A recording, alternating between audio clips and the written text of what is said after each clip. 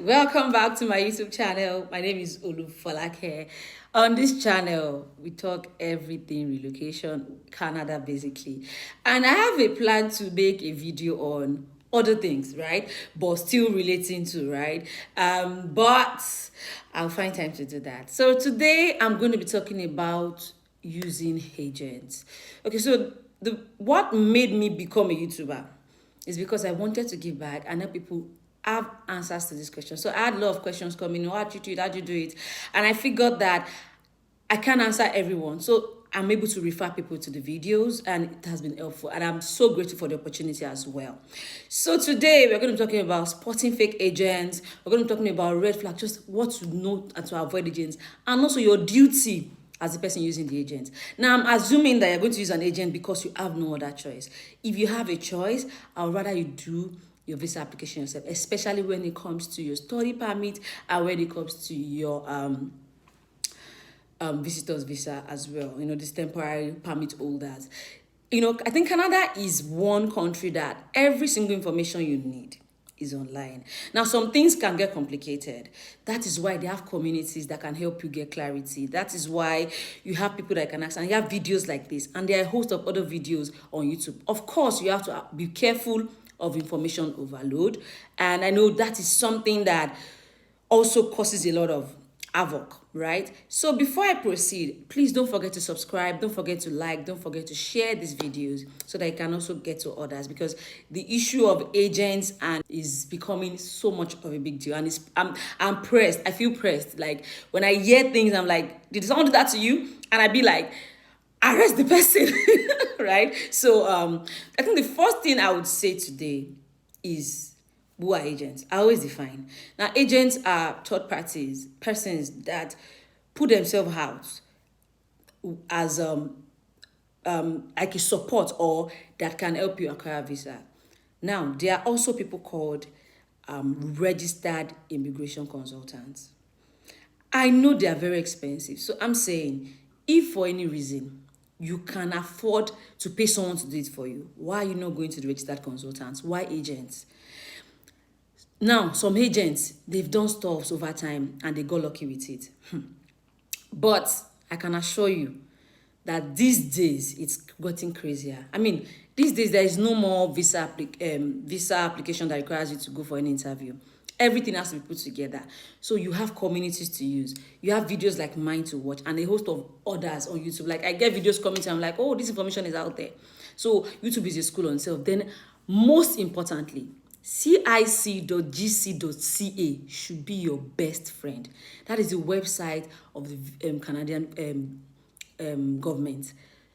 Anything that pertains to visa, your study permit, your tourist visa, in fact, even work permit, because it's good you know. cic.gc.ca should be your best friend. Then you can now add Google. Google is also very good. Then you can now add community support. And here, I'm going to say it loud and clear. The OJC study group is a great community. I didn't find that group until I put in my application, but I know how resourceful that community is, and I've referred people and they've gotten their visas. So I've given you 3 ways you can help yourself when it comes to doing your visa. Okay, number 4 should be YouTube, right? Videos like ours. There are misinformations, of course, and a lot of things. But at least even if you're able to research and understand the basic things to do. So when an agent is doing rubbish, you can say, no, this is not how to do it. At least even if it's just for that, right? So stay tuned and I'll be right back in a minute. All right.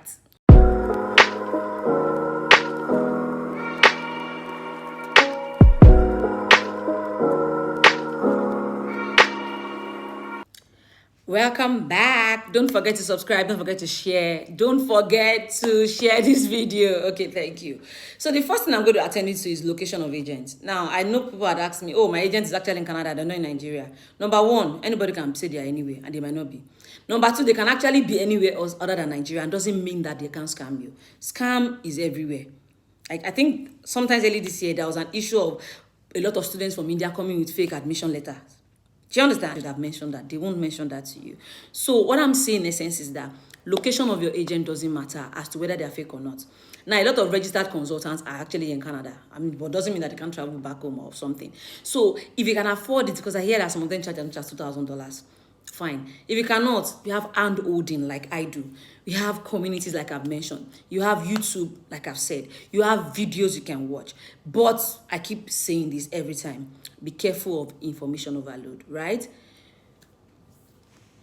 So let me share 2 stories of agents that I heard so that it can help you understand what I'm saying. Number 1, the most common, which I think I've heard from more than 6 people, is how agents don't give them their login details, or agents don't let them understand the information they have on their profile. I mean, your profile is your personal thing. So if you get a ban due to misinformation or any fraud, it's on you, it's not on the agent. Nobody bans an agent from not being an agent, right? So imagine if you get a ban, or if you get a 5-year or 10-year ban because of some misinformation. I mean, someone was telling me how the agent feared for her that she was divorced. Meanwhile, she's never married. Do you understand? So you need to understand what information they're putting in. And please, have your login details. Make sure that the security questions they're putting in, you are aware and you have the answers. So now, some agents don't give them to you until you're done. But make sure that you have it written out. So the first thing I'm talking about now is, if it is possible, have a sort of small documents that shows 1, your payment plan with the agent, 2, the information you're getting back, your things, your passports, maybe after your visa, or your password, you can have them. I'm a lawyer, maybe that's why I feel like you can actually have them written in a simple document. It's an agreement. Nothing holds it from being an agreement. An agreement is when both of you agree, you have offer, you have consideration, you have acceptance. That is all you need. So that when you want to use police to carry in, you can carry the person. Do you understand? Sorry.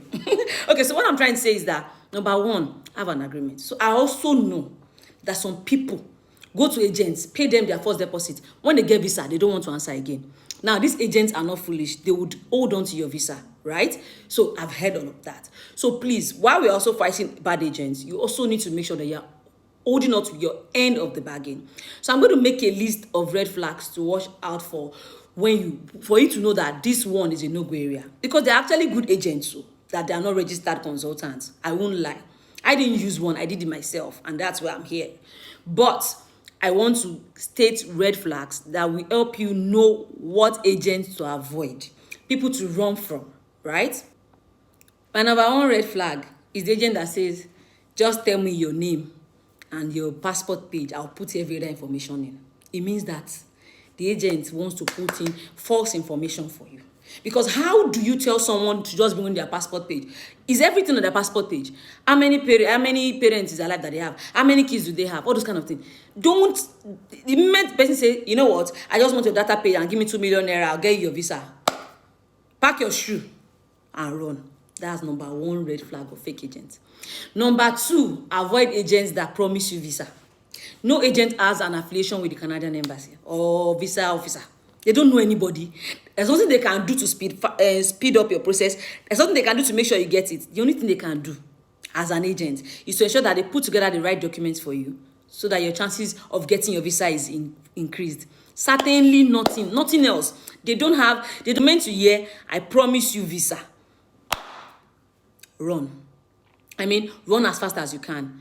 Number 3, I talk to agents that want to help you upload fake documents. For example, you have your own proof of fund and you know it's sufficient. The agent is telling you, no, they want to give you a bigger one. You will go and doctor a document for you. You see, anytime you hear doctor document, run. Because the only thing that's going to happen is that you're going to get a ban. So imagine you get 10 years ban. Most likely US will not give you visa as you have a ban from Canada. Most likely other countries won't. So why do you want to put yourself on that? See, and you know the problem now. When you have a ban, it's a ban on you, not a ban on any agent, because they don't even recognize them. Do you understand? So they recognize the registered ones, but even there is a ban for any reason, it's still a ban on you, not on the registered person. But of course, the registered consultants are more careful. Now, this is not an ad for registered consultants. I'm just saying, my own point is, please do it yourself. So I'm assuming you can't do it yourself. Use a registered consultant. I'm assuming you cannot afford a registered consultant. Use an agent that has sense. Use a good agent. So that is one red flag. Another one is agents that tell you, don't worry, let's do it like this. When you get there, you find your way. Hello, Hello, look at me. You're not finding your way. Because any information that is on your visa follows you till the end. Like, that is your information. I'm not talking of basic, I made a mistake on my date of birth that you can correct with evidence. I'm talking of key information. For example, they say you're an only child. My sister and my brother. How you now have your family, have other children. Maybe you turn all of them to cousin. Do you understand? So information about you must be correct. Let them not tell you, don't worry, when you get there, you sort it out. Any wrong information they put in the system for you. Hello, you have a UCI number generated for you by the Canadian government. That number follows you everywhere. Anything you're doing comes back to you. Like, it's so serious that they have every single detail of whatever you have told them. And if you watch my previous video on deportation issue, I talked about consistency. I'm back here again. So your information has to be consistent. So if you're coming in with a tourist visa and you have plans to come and get a work permit here, that information must be consistent, because I'm imagining that you have to go back home and come back, or you stay back and you want to now apply for your family members later. You see, the problem of all the bad agent thing is that it affects in retrospect. To affect you now, later, future. Like, the effects cannot be quantified. So I'm saying, look at me. Avoid bad agents. If they mess up your stuff, it's possible they can mess up your entire travel history, your travel, in fact, your travel anything. The possibility is very high. Do you understand? Because I know someone that has a ban from France. The person has a ban from Canada. So you'll be wondering what they've been putting together, right? So please, avoid these agents that says, we'll put this and that. When you get there, you sort yourself. There's nothing to come and sort. Whatever information you have on your profile now, with your UCI number that is generated, it is what it is. You know there is biometrics. You know, even in Nigeria, it's difficult to even change your passport, even as funny as it can be. Talk less of these advanced countries. So be careful and don't be meat for these agents. Please. Some of them are doing trial and error. Some of them have genuine intentions. But why do you want your story to be one that they are testing? Then you're checking. Okay, another thing to state again, when you're dealing with agents, please avoid being desperate. I don't understand. I understand you want greener pastures, but I would never be able to understand the desperation. Why are you desperate enough that someone feels they can treat you any kind of way? I'm a realist. You know, there's a level of desperation you show agents that they will tell you anything because they have seen that this person is desperate, the person wants to leave the country. So they will tell you anything, show you anything, and say anything to you. I mean, you have your sixth sense, discernment. Like, you know when somebody's whining you. So when they are telling you things that are out of place, and that is why you have videos like this to watch, you know that this is a lie. But you choose to follow through because you are scared of saying no. I do not agree with what you're saying because you don't want to not get a visa. And you're paying. And now the pain point for me is the fact that you guys pay a lot. I was hearing of someone that paid 2.5 million naira for a study visa. And the person that paid 1.5 million, the agreement was to pay the balance 1 million naira after the visa comes out. And it was denied. And the agent said he was going to reapply for the person. These agents even reapply without getting your GCMS notes or whatever they call the notes. You know, there's a lot of mishap going on. And I can't even say, some people are actually just hungry. And they just saw a means to an end. People are desperate. So I see people on Facebook everywhere giving you videos and saying, if you work permit, come to us, we'll get you work permit. Say hi if you want work permit. Hello guys. Say hi if you want work permit is fraud. So add that to the red flag. Because the process for work permit is not about saying hi. Hi, we'll send you a DM. No. It's a process. And then somebody coming all out to offer a crowd of people work permit, like plenty people. Not personally, like during consultation, you're like, okay, I think a work permit better for you. Red flag. Add it to the list of red flag. How can someone have your visa with them? Do you understand?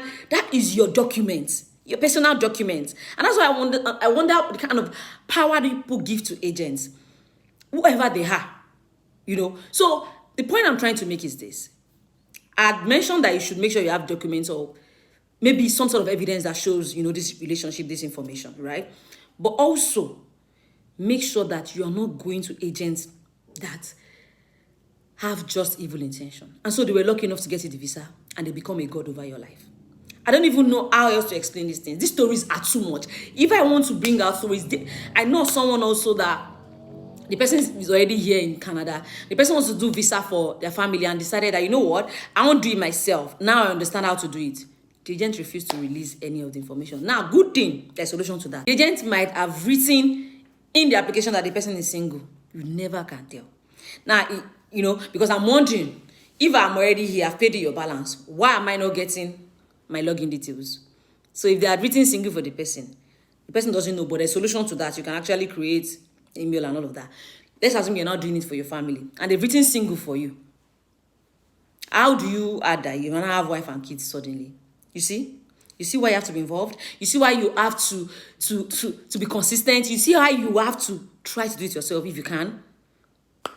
Okay, I think I'm a bit agitated on this because the stories are unending. I don't even want to keep going on and on stories. It won't end.